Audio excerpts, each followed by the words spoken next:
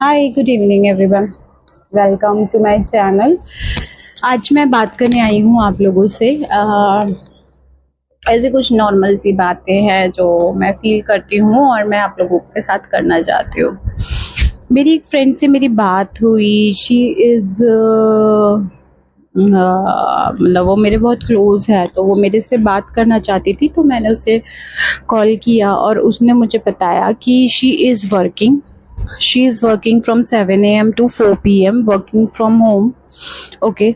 और उसकी मदर जो है वो उसके पास ही में रहती हैं। ओके। तो वो रिटायर्ड है, उनकी उसकी उनकी जो मदर है वो रिटायर्ड है।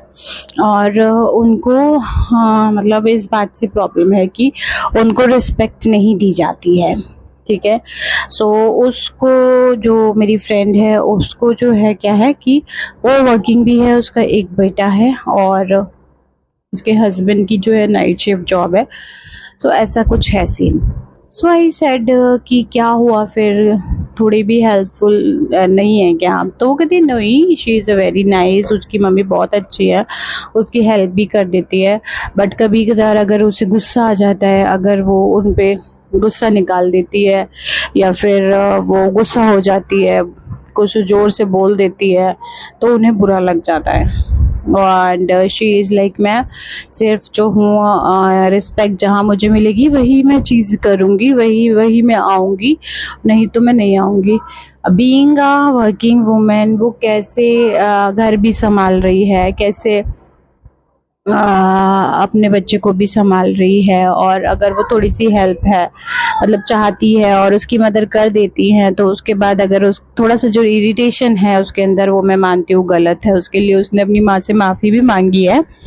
बट फिर भी उनकी मदर जो है बार बार पे, जब वो अपनी माँ को समझ सकती है, जब भी वो डांट देती है, और वो मतलब जब बच्चे अपने माँ बाप को समझ सकते हैं, जो बच्चा अपने माँ बाप को समझ रहा है, ठीक है, कुछ बच्चे नहीं समझते हैं, आई एग्री, बट जो बच्चा अपने माँ बाप को समझ रहा है और वो जो है थोड़ा अपना गुस्सा अपने माँ बाप पे, माँ पे मतलब हाथ पैर चलाना इज नॉट एन ऑप्शन, वो तो मैं बिल्कुल भी वो नहीं हूँ। ठीक है, बट आज ऐसा भी हो रहा है, बट वो ऐसे नहीं कर रही है, वो अपने फ्रस्ट्रेशन थोड़ा निकाल रही है, डांट देती है, कुछ है। तो क्या ये ठीक है कि उनकी माँ बुरा मान जाए और फिर उस बात का इशू क्रिएट करे? ये आप लोग मुझे बताइए। मतलब मेरे हिसाब से अगर माँ और बेटी में इतनी अच्छी बॉन्डिंग है कि वो साथ में रह रही है और वो साथ में है, तो अगर कुछ छोटे मोटे इश्यूज है तो वो सॉरी बोल रही है, तो उससे वो सॉल्व हो जाने चाहिए। इसमें ईगो क्यों आता है बीच में? ईगो को नहीं आना चाहिए ना।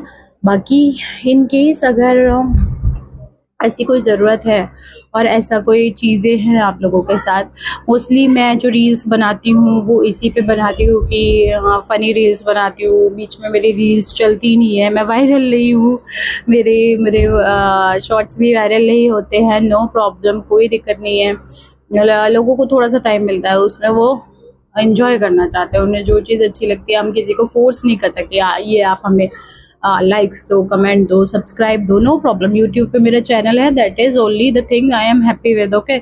और मैं आप लोगों से बात कर रही हूँ, यही मुझे काफ़ी अच्छा लगता है ना। तो अभी हाल ही में मैंने एक कोर्स किया है, that is for EFT, emotional healing. तो इमोशनल हीलिंग किसी के भी साथ अगर किसी को भी चाहिए उसका session, then I am available. Yes, obviously it is not free, क्योंकि इसमें हमें फ्री नहीं करने के अलाउड होता है, बट मिनिमम कॉस्ट पे मैं आप लोगों का EFT का हीलिंग कर दूंगी। So if anybody is interested, please comment down. Like कोई भी इशू हो सकता है, स्ट्रेस हो सकता है, ट्रॉमा हो सकता है, आपका कुछ पर्सनल इशू हो सकता है, आपके साथ कुछ इश्यूज हो सकते हैं, हार्ट ब्रेक हो सकता है, या लाइफ में पैसों से रिलेटेड कुछ इशू हो सकते हैं आपके, कोई भी इशू हो, so you can comment down, I will share my number. और जब आप कमेंट करोगे तब मैं अपना नंबर शेयर करूँगी, then you can connect with me for the emotional healing session. Okay. So हम वो सेशन करेंगे, and don't try to take me wrong.